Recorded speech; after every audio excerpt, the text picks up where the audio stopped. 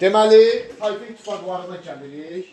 Bayaq dedik əslində, tayfa ittifaqları nə vaxt meydana gəlmişdi uşaqlar? Orta Tunc dövründə. İndi, bax, həmin o Orta Tuncda yaranan tayfa ittifaqlarını biraz ətraflı öyrənirik. Başa düşdünüz? İndidən deyirəm, tayfa ittifaqlarını öyrənirik də. Buna dövlət deyə bilməzlər. Tayfa ittifaqı dövlət demək deyil. Dövlət qurumu deyərlər. Fikir verin. Dövlət qurumu gedir bunların adı. Amma dövlət getmir. Bildiniz necə? Hansı tayfa ittifaqları var? Aratda, Lullubi, Kuti, Turukki. Azərbaycanda yaranmış ilk tayfa ittifaqlarıdır. Aratda, Lullubi, Kuti, Turukki. Adlarını əzbərləməsi 4 dənə Azərbaycanda tayfa ittifaqı olubdur. Bunlar hamısı Urmiya gölü hövzəsindədir. Birazdan sizə Urmiya gölünü göstərəcəm. Baxın, Azərbaycanın xəritəsidir. Atacam bu xəritəni qrupa. Yadma salarsan, atarım bu xəritəni qrupa. Azərbaycanın xəritəsidir. Görürsünüz, Urmiya gölü yazıblar. İndiki İrandır da, Urmiya gölü. İran ərazisidir. Cənubi Azərbaycan deyil. Urmiya gölünün düz sol tərəfi, aşağısı tərəfi. Urmiya gölü, bu tərəflər hamısı Aratdaydı, aşağı tərəflər hamısı Lullubi, Kuti, Turukki. O ki, Urmiya gölünün ətrafında oldular bunlar. Başa düşdünüz? İndi, bunlar dövlət deyil, yenə deyirəm. Testlərdə yazar ki, Lullubi dövlətinə aid xüsusiyyətdir. Tutaq ki, səhv fikirdir. Lullubi dövlət qurumu deyə bilər. Dövlət qurumu, dövlət deyil konkret bunlar. Çünki ilk dövlətimiz Manna olacaq. Və yaxud tayfa ittifaqı deyə bilər. İndi, bunları, uşaqlar, öyrənəndə daha çox müqayisəli şəkildə öyrənirsiniz, elə daha rahatdır. Həm oxşar cəhət, həm fərqli cəhətlərini müqayisə edərək. Məsələn, bunlar hamısı Urmiya gölü ətrafındadır. Bu, hamısı üçün oxşar cəhətdir. Hamısı da Azərbaycan ərazisindədir. Cənubi Azərbaycandır Urmiya gölü ətrafı. Gəlirik bunların dövrləşməsinə. Bunların üçü Aratda, Lullubi, Kuti. Eramızda da 3-cü minlikdədir. Yenə bir oxşar cəhət. Amma Turukki eramızdan əvvəl 2-ci minillikdədir. Bilirsiniz də, eramızdan əvvəldə tərsinədir. 3-cü minillik olur, sonra 2-ci minillik olur. Başa düşdük, demişdik, eradan əvvəl çoxdan azad olun gəlib. 4, 3, 2 eradan əvvəldə eləyək axı. Deməli, əvvəlcə Aratda, Lullubi, Kuti olub, sonra Turukki olub. Aratda, Lullubi, Kuti hər üçü də eramızdan əvvəl 3-cü minillikdə olublar. Bundan əlavə olaraq, Aratda eramızdan əvvəl 3-cü minilliyin 1-ci yarısında olub. Lullubi, Kuti isə eramızdan əvvəl 3-cü minilliyin 2-ci yarısında olub. Yəni, bunların üçü də eramızdan əvvəl 3-cü minillikdədir. Aratda, Lullubi, Kuti. Amma bunların içərisində də Aratda, Lullubi 1-ci yarısındadırsa 3-cü minilliyin. Kuti 3-cü minilliyin 2-ci yarısı. Lullubi ilə Kuti 3-cü minilliyin 2-ci yarısındadır. Bildiniz necə? İndi uşaqlar, birinci Aratdan öyrənək. Aratda da hökümdar adı çəkilmir. 2-3 dənə məsələ var, onları bilməlisiniz Aratda ilə bağlı. Aratda da bir vəzifə var, maş-maş vəzifəsi. Kimdə onu bilməlisiniz? Kahin. Kahin kimə deyirlər? Dini rəhbər.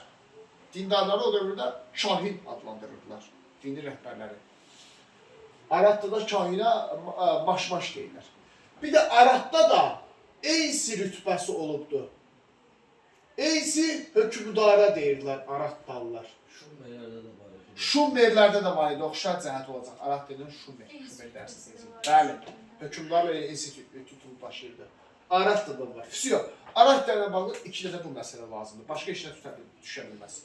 Aratda da maş-maş olubdur, kahindi maş-maş, dini vəzifəli şəxsdir. Bir də hökümdar Eysi rütbəsi daşıyıb Aratda da. Gəlirik Lullubi ilə Kutiyə. Bax, Lullubi, Kuti bizə çox lazımdır. Bunları yaxşı bilməlisiniz. Birinci, bunların oxşar cəhətlərinə baxırıq. Hər ikisi eramızda və 3-cü minilliyin 2-ci yarısında olub. Hər ikisi Urmiya gölü ətrafında olub. Oxşar cəhətlərini yazırıq. Lullubi, Kuti. Sonra, həm Lullubilər, həm Kutilər Mesopotamiya, eşitmişsiniz də belə bir ərazi var. Mesopotamiya ilə əlaqələr saxlayıb. Həm Lulubilər, həm Kutilər. Bu Mesopotamiya haradır? İndiki Suriya, Fələstin, İraq tərəfləri var. O dövrdə onlar Mesopotamiya, yəni İranın cənub-qərb tərəfləri. Mesopotamiya bölgəsi qonşu ərazilər daxil bizə. Həmin ərazilər, Mesopotamiya. İstər-istəməz qonşu olduğu üçün biz onlarla mədəni əlaqələr, iqtisadi əlaqələr saxlayasıyıq. Bu həmişə olubdur. Sən qonşunla iqtisadi və mədəni əlaqələr quracaqsan. Deməli, həm Lulubilər, həm Kutilər Mesopotamiyanın iqtisadi və mədəni və siyasi əlaqələr saxlayırlar. Hər ikisinin oxşar cəhətidir. Oxşar cəhətləri qeyd elədik. İndi fərqli cəhətlərinə baxaq. Kutilər daha güclüdür. Belə bir cümlə var, Akkada son qoyublar. Akkada son qoyub. Deməli, bir imperiya var, Akkad imperiyası. Çox məşhur bir imperiyadır. Tarixin ilk imperiyası da Mesopotamiyada olubdur. Akkad imperiyası. Deməli, Akkad imperiyasına son qoyublar. Nədir bu? Kutilər. Və 100 ilə yaxın Mesopotamiyada ağalıq ediblər. Deməli, bu işin Kutinin Lulubidən fərqli cəhətidir. İkisinin də Akkadlarla müharibəsi olub, ikisinin də Mesopotamiya əlaqələri olub. Amma Kutilər daha güclüdür. Kutilər ümumiyyətlə Akkad imperiyasını son qoyub Mesopotamiyanı ələ keçiriblər, 100 il orada ağalıq ediblər. Başa düşdünüz? Sonra bunların hökümdarlarını öyrənirsiniz. Lulubilərlə Kutilərin hökümdarlarını. 2 dənə Lulubi hökümdarı öyrənəcəksiniz. Lulubi hökümdarları kimdir? İmmaşqun. Lulubinin ilk hökümdarıdır. Bir də Lulubi hökümdarı var, Tirkan.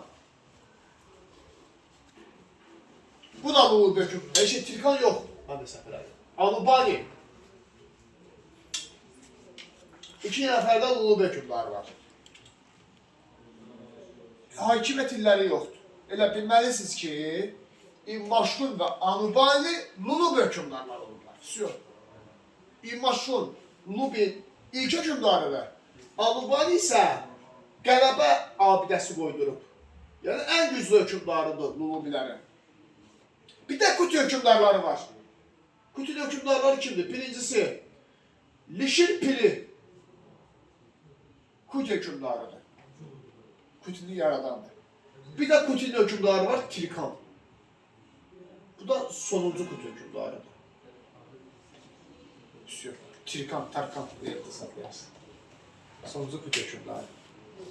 2 tane Lulubi hökümdarı oldu, 2 tane Kuti hökümdarı oldu. Lulubi hökümdarları İmmaşqun, Anubani.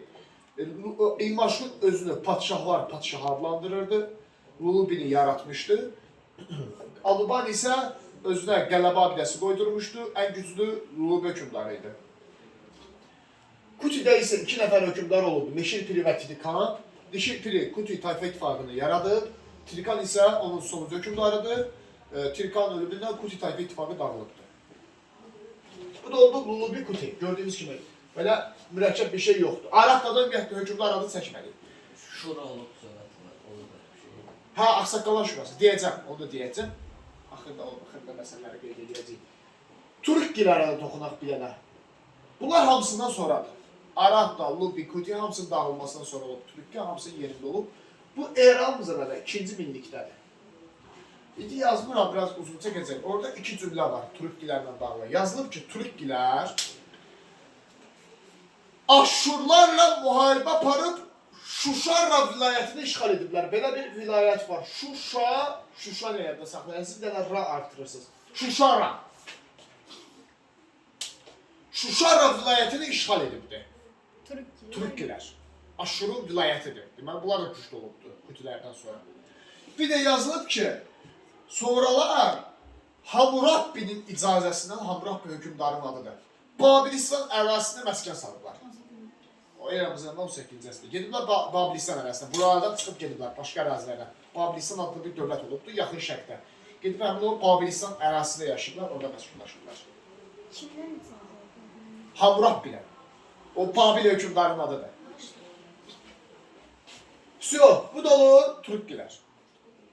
Gördünüz nə var ki burada? Nəsə hər yerdən çıxan hüküm var idi.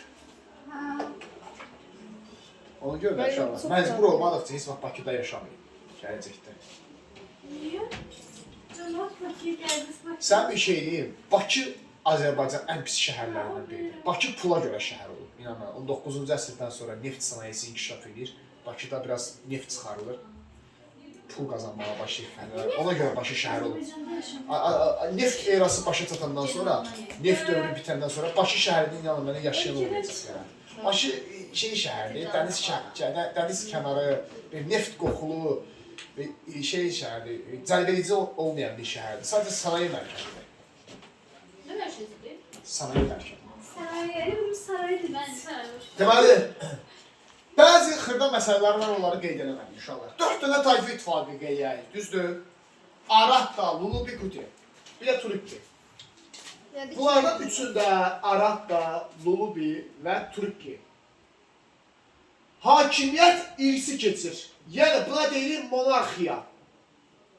Tünek yoksa? Mütləq. Yəni nə deməkdir?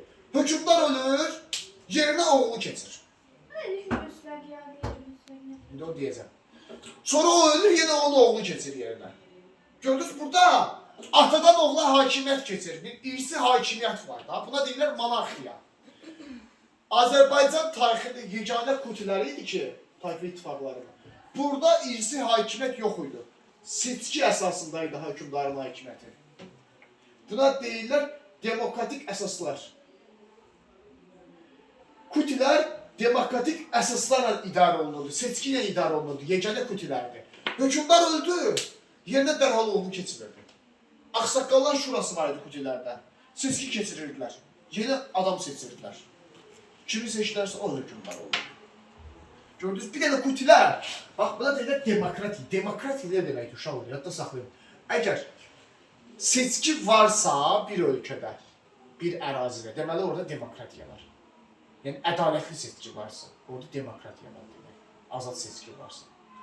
Kutilərdə var idi o vaxt. Hökmdar öldü, dərhal yerinə oğlu keçirirdi. Ağsaqqallar şurası yeni bir seçki keçirirdi. Kim səs vermədə qalib gəlsə, o hökmdar seçilir. Deməli, burada bir demokratik əsaslar var.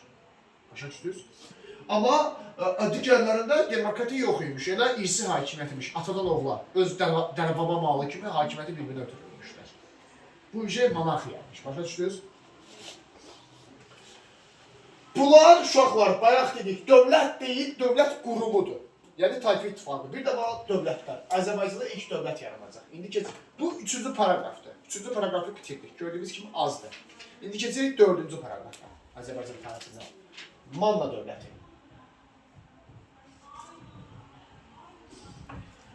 Manna dövləti yazılır işquldar dövlət. Deməli, Azərbaycanda yaranmış ilk dövlət Manna dövlətidir. Çünki ibtidai icma quruluşunu dağıtdı, ondan sonra bayaqki tayfa ittifaqlarını qeyd elədik, onlar da dövlət deyildilər. Dövlət olaraq Azərbaycanda yaranmış ilk dövlət Manna dövlətidir. Eramızdan əvvəl 9-cu əsrdən 590-cı ilə qədər Manna dövləti mövcud olmuşdur.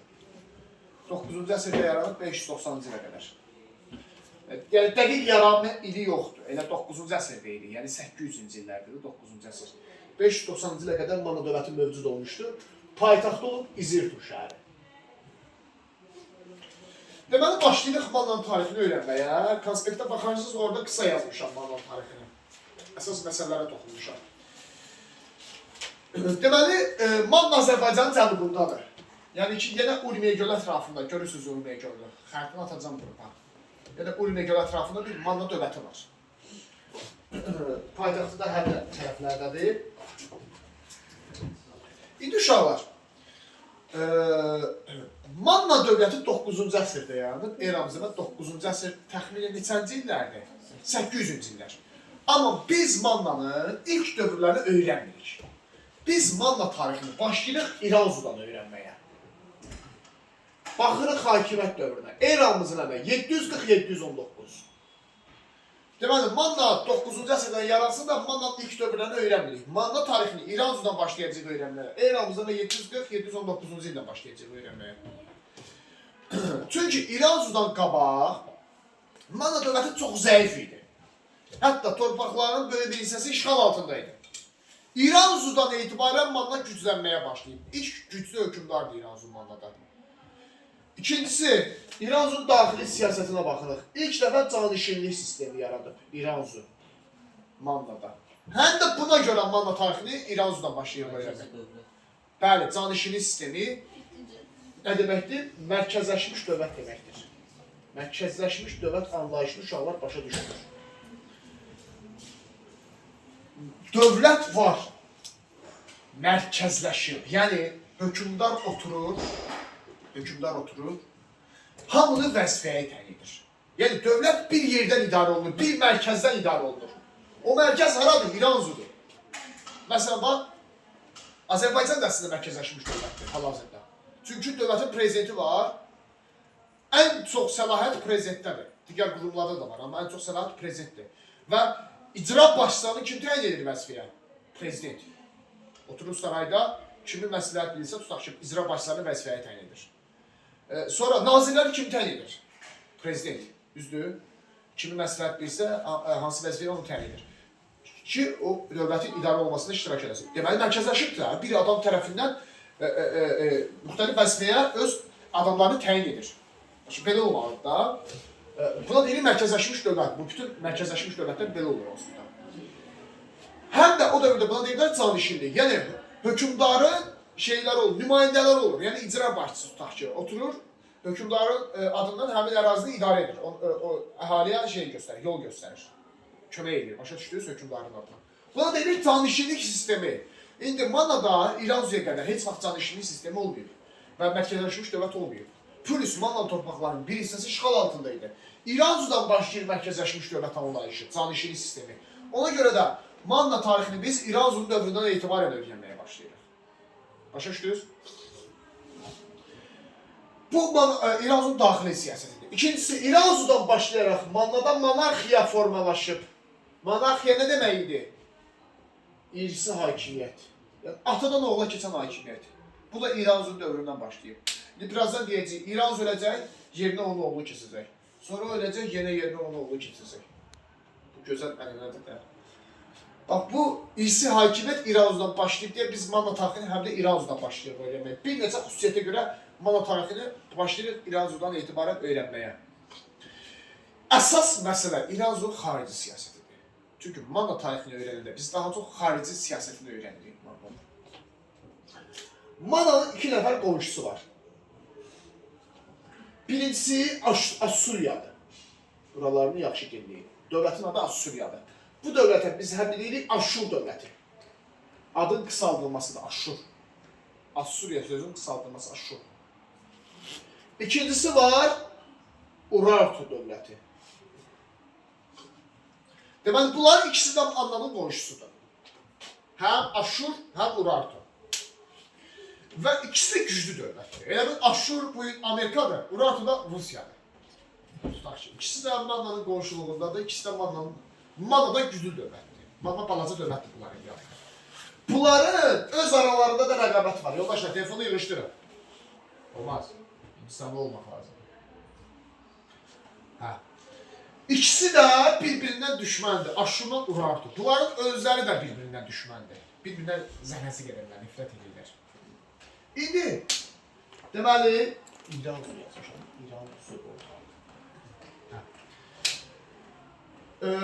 İranzu Aşurla dost olur. Aşurla müttəfiq olur. Müttəfiq nə demək? Yəni dostluq əlaqələri saxlayır. Urartu ilə düşmən olur. Hakimiyyəti dövründə. Aşurla dostluq əlaqələri qurur, Urartu ilə düşmənçilik münasibətləri saxlamağa başlayır. İranzu. Niyə? Deməli, İranzu hakimiyyətə gəlməmişdən qabaq hələ Manna torpaqlarının bir hissəsi Urartunun işğal altındaydı. İranzudan qabaq, Manna zəif idi deyə Urartu, Manna torpaqlarının bir hissəsini işğal edilmişdi. İranzu Assurdan kömək alır. Assuriyanın köməyi ilə Urartunu məğlub edərək torpaqlar azad edilir. Ona görə Assuriyanın dost olur. Güclüdür deyə Assuriyanın dəstəyi qazanır. Deməli, İranzu Manna tarixində ilk hökümdardır ki, Aşurun dəstəyi ilə Urartunu qovubdur, torpaqlarını azad edibdir. Bu İranzunun bir uğurudur. İranzunun dünyasının dəyişməsindən sonra, İranzu niyə öləcək? Gələk ona toxunaq. Bu addım Urartunu qəzəbləndirəcək. Niyə? Çünki Urartu istəməz də İranzu Aşurla dost olsun. Çünki Aşur da bunun düşmənidir. Ona görə Urartunun Manna daxilində adamları var idi. İndi ona deyirlər agent. Yəni canişinlər. Kitabda belə yazıb ona. Urartu meyilli canişinlər. Onlar qiyam qaldırırlar. Eramızın əvvəl 719-cu ildə Şuandahul və Durduqqa şəhərlərində üsyan baş verir. Mannanın şəhərləridir bu şəhərlər. Şuandahul şəhərindən Durduqqa şəhərləri. Bu şəhərlərdə üsyan baş verir. İranzuya qarşı. Bunlar Urartu meyilli canişinlərdir. Urartu da öz adamlarını qızışdırıb Mannanın üstünə. Urartu meyilli canişinlər üsyan qaldırırlar İranzuya qarşı. Urartunun göstərişini. Eramızda 719-da üsyan baş verir. Üsyan nəticəsində İranzu üsyanı yatırmaqda çətinlik çəkir. Aşurdan kömək istəyir öz müttəfiqindən. Həmin vaxtda Aşur hökümdarı var, 2-ci Sarqon. Məşhur hökümdardır. 2-ci Sarqon yığır qoşullarını, gəlir köməyə İranzuya. Amma gecikir. Gecikir. Gəlib çatana qədər üsyancılar İranzunun taxtdan devirirlər. İranzu ölür. Başa düşdük? Yatıra bilmir də, gücü çatmır bu üsyanı yatırmağa. Amma Sarqon, Aşur hökümdarı bu üsyanı yatırır sonra. Üsyancılar hətta cəzalandırır. Amma artıq İranzu ölür. İranzu öləndən sonra Mannada hakimiyyətə kim gəlir? Gördünüz, İranzu öldü. Oğlu Aza gəlir. Niyə? Çünki dedi axı Mannada hakimiyyət irsidir, atadan oğula keçməlidir. İrsidirsə İranzunun oğlu gəlməlidir. Aza gəlir hakimiyyətə. İranzunun oğlu. Eramızdan əvvəl 718-716-cı illər Azanın hakimiyyət dövrü başlayır. Üsyan oldu. Yox, üsyanla devrilən İranzuydu. Aza gəlir hakimiyyətə. Bu sui-qəsd edir. Hə, uşaqlara həmişə deyirəm ki, yadda saxlayın ki, atası necə oğlu elə. Aza da atası kimidir. Bu da Aşurla dost olur, Urartu ilə düşmən olur. Atası yolunu gedir. Atası Mən çok pozduram bu dostum. Necə? Hansı? Yox, bundan sonraki pozacaq, bu yox. Ulusunu pozacaq. Sonra bir şey denedi. Ha, sonra- Bərpa eləyəcəklər, hə. Yanını beləyəcəklər bizə düşən. Atası necə Azada ilə? Yenə Aşurla dost, Urartu ilə düşmən olur. Düzdür? Bu Urartu bunu da istəmirdi onda. Onda buna da qarşı eyni şey olacaq. Urartu buna da qarşı sui-qəsd ediləcək. Eramızın əvvəl 716-cı il Uavuş döyüşü baş verir. Eramızın əvvəl 716-cı ildə Uavuş döyüşü baş verir. Uavuş döyüşündə Aza öldürülür. Urartu tərəfindən. Urartu eyni şey buna deyil. Atasına neysə buna deyil. Bunu da öldürür, taxtdan devirir. Çünki Urartu istəyir öz adamı olsun hakimiyyətdə. Ona meyilli bir adam olsun. Başa düşdünüz? Hətta Urartu hökümdarı Azanı öldürəndə 22 qalanı işğal edir. Mannanın 22 dənə qalasını Urartu işğal edir. Mannanı cəzalandırmaq üçün. Başa düşdünüz? Aza ölür. Azan yerinə gəlir. Onun oğlu. Dedi axı irsi hakimiyyət var. Ullusunu. Eramızdan əvvəl 716-680. Bu da Ullusunudur. Xeyli hakimiyyətdə qalıb, gördüyünüz kimi. 36 il hakimiyyətdə qalıb. Neçədir pərdə ilə?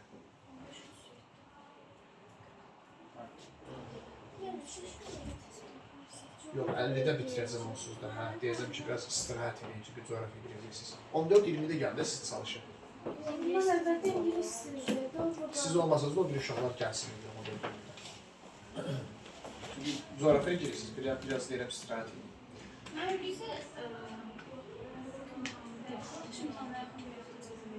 Məzunsan sən? Hə, verərəm sən. Verəcəksin. Xədicə Nisə verərəm. Mən də. Ay, sən də imtahanın var aprel 19-u. Hə, məzunsan sən. Hə, yaxşı sən də verərəm. Bir həftə qalmışam artıq. Deyərsin də, yadıma söylərsin. Ulusunu. Hə, Ulusunu. Uşaqlar, bu da Azad oğludur. Bu Ulusunu atasından fərqlidir. Babasından da fərqlidir. Niyə? Bu biraz qorxaqdır. Qorxaq biridir, cılız biridir, Ulusunu. Bu həm gəncdir, qeydinə görə 31-32 yaşı var idi. Cavandır da 31-32 yaş. Hələ cavanlığını yaşamaq istəyir, ölmək istəmir. Ona görə də bu siyasət dəyişir. Belə geriyə addım atır da, başa düşdünüz? Bu nə edir? Keçir Urartu ilə dost olur. Urartu ilə dost, tərsini eləyir. Aşurla düşman olur. Niyə belə edir? Niyə belə edir? Urartu bunu da öldürməsin deyə də qorxusundan belə baxanda. Düzdür? Qalaya görülməz. Yox, Urartu 22 qalanı işğal eləmişdi Azanı öldürəndə. Həmin 22 qalan işğalıyla razılaşır hələ. Deyir, vəbsə 22 qalada səndə qalsın, Urartuya deyir. Yəni görsən, mən əslində sənin adamdan, sənə sədaqətliyəm. Başa düşdünüz? Urartu deyir, pis yoxsa, onda işin yoxdur, sən qal hakimiyyətdə. Lap gözəl, amma indi bir problem ortaya çıxır. İndi də Aşur bundan narazı qalır. Bir dəfə Aşur narazı qalır ki, sən kimsən ki, mənim tərkibimdən çıxıb, gedib Urartu ilə dost olmuşsun. Yazıqlar bilmirlər, nə qarşısında ortada qalıblar. Aşuru seçəndə Urartu bunları öldürür, Urartu seçəndə Aşur bunları öldürəsidir.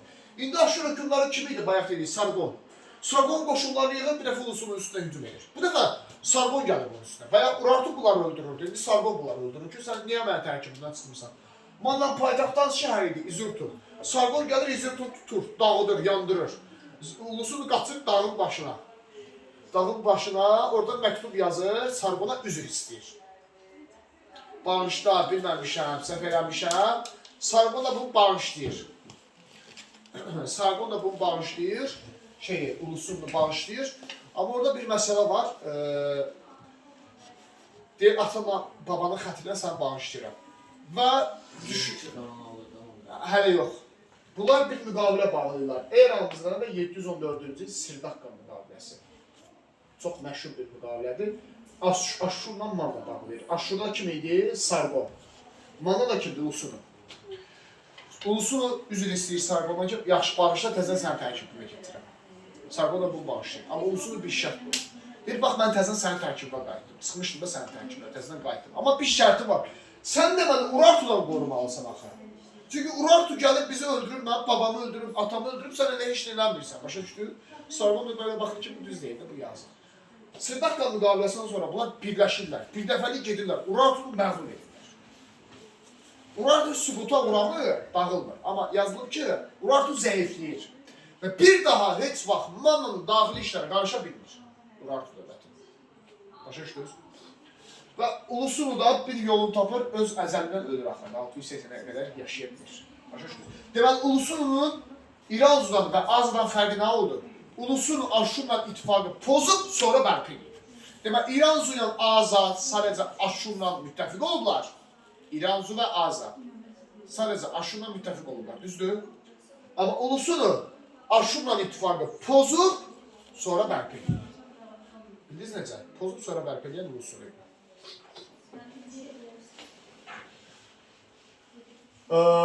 Ulusunu ölür.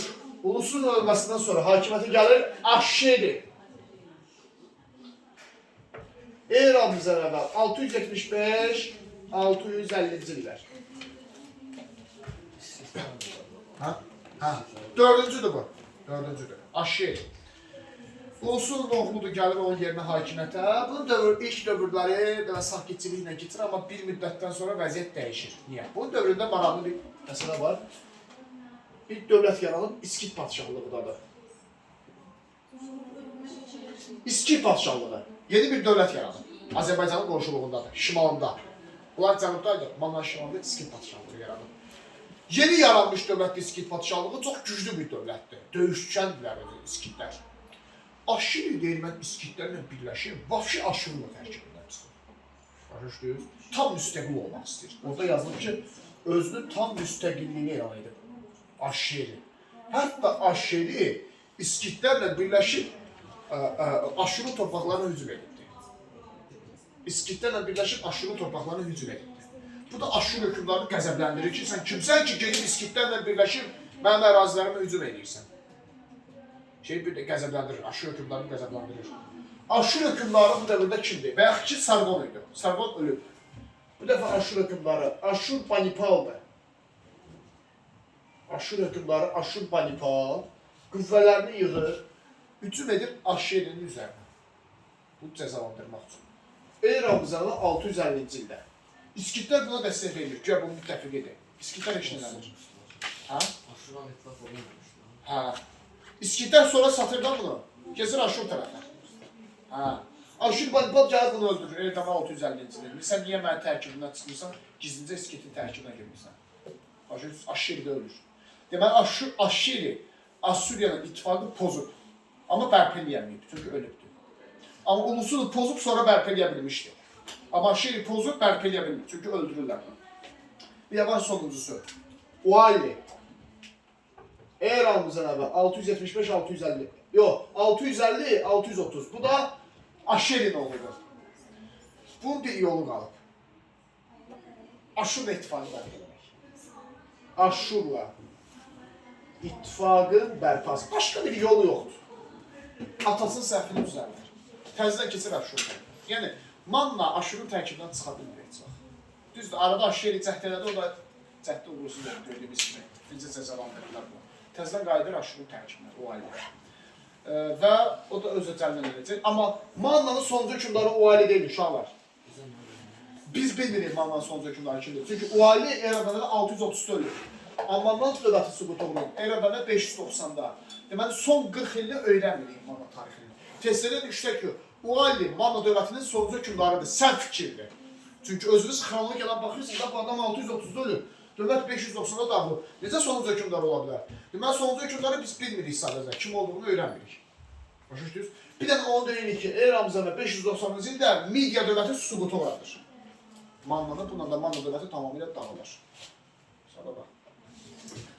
Əslində izah elədim məsələn. Всё. Manna dövləti Midiya tərəfindən süqutu ola bilər. İndi fikir verək hökümdarlara 5 nəfəri. İranzu, hakimiyyət illəri ilə öyrənəcəksiniz ha, illərini də öyrənirsiniz. Konspektdə nə varsa hamısını öyrənirsiniz. Aza, Ulusunu, Aşeri, Uali. İranzu Aşurla dost. Aza Aşurla dost. Ulusunu Aşurla ittifaqı pozur, amma sonra təzə bərpa edir. Aşeri Aşurla ittifaqı pozur, amma bərpa eləyəmir, ölür. Uali Aşurla ittifaqı sadəcə bərpa edir, pozmur. Pozulmuşdur, bu bərpa edir. Testlərdə görəcəksiniz. Aşurla ittifaqı pozan Manna hökümdarları, pozanlar. Ulusunu Aşeri, bərpa eləyənlər, ulusunu Uali. Yəni ulusunu həm pozan olacaq, həm bərpa eləyən olacaq. Aşeri sadəcə pozan olacaq, Uali sadəcə bərpa eləyən olacaq. Başa düşdünüz necə? İranzu və Azad isə Aşurla müttəfiq oldular. Sonra Manna mədəniyyətini öyrənəcəksiniz. Həsənli və Zivyə tapıntıları, onlara özünüz baxacaqsınız. Həsənlidən gümüş sili tapılır, ritonlar tapılır, Zivyədən şeylər tapılır, Qızılcan tapılır Həsənlidən, gümüş sili və riton şeydən tapılır, Zivyədən tapılır. Mannaların yazısı, mixi yazı ilə hieroglif yazısı olubdur, yazı növləri olur. Bu olur Manna tarixi. Mannada ağsaqqallar şurası var idi, amma hökümdarı seçmirdi. Hökümdarın hakimiyyəti irsi keçir. Bəs deyə bilərsiniz, ağsaqqallar şurası nə işə yarayır? Sadəcə yazdım ki, məsləhətçi orqandır. Hökümdara məsləhət verir ağsaqqallar şurası. Filan məsələlərdə belə eləyə bilərsən, filan məsələlərdə belə eləyə bilərsən. Amma yekun qərar hökümdara məxsusdur. Buna deyirlər uşaqlar, qeyri-məhdud hakimiyyət. Qeyri-məhdud. Nə deməkdir qeyri-məhdud? Yəni, bütün əsas məsələlər hökümdarın əlindədir. Bütün yekun məsələlərlə bağlı hökümdar qərar verir. Başa düşdünüz? Bu olur Manna tarixi. Saxlayın.